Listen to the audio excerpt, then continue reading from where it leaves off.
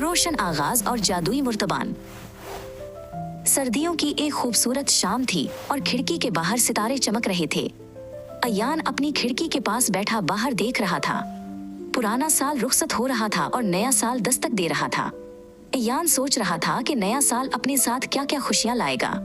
उसके दिल में तजस्सुस और खुशी की एक लहर दौड़ रही थी। तभी कमरे में दादी रोशन दाखिल हुई।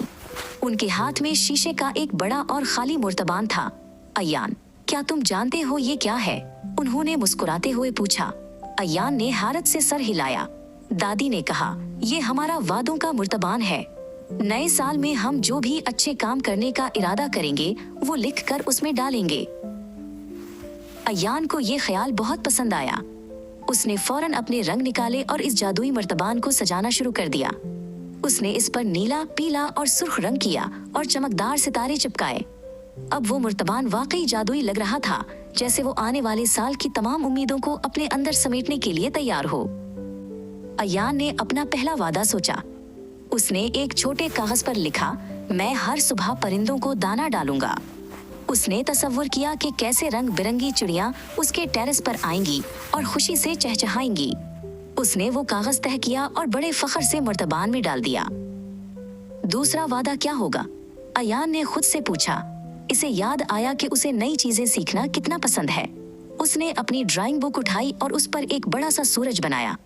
उसने फैसला किया कि वो हर हफ्ते एक नई और खूबसूरत तस्वीर बनाना सीखेगा ताकि वो अपनी दुनिया को मजीद रंगीन बना सके। अगले दिन अयान का दोस्त जैन उससे मिलने आया। दोनों ने मिलकर फुटबॉल खेली। खेल के दौरान अयान ने सोचा कि इसका तीसरा वादा नेकी होना चाहिए। उसने जैन के साथ अपना पसंदीदा खिलौना बांटने का फैसला किया। रात के 12 बजने में अब थोड़ा ही वक्त बाकी था।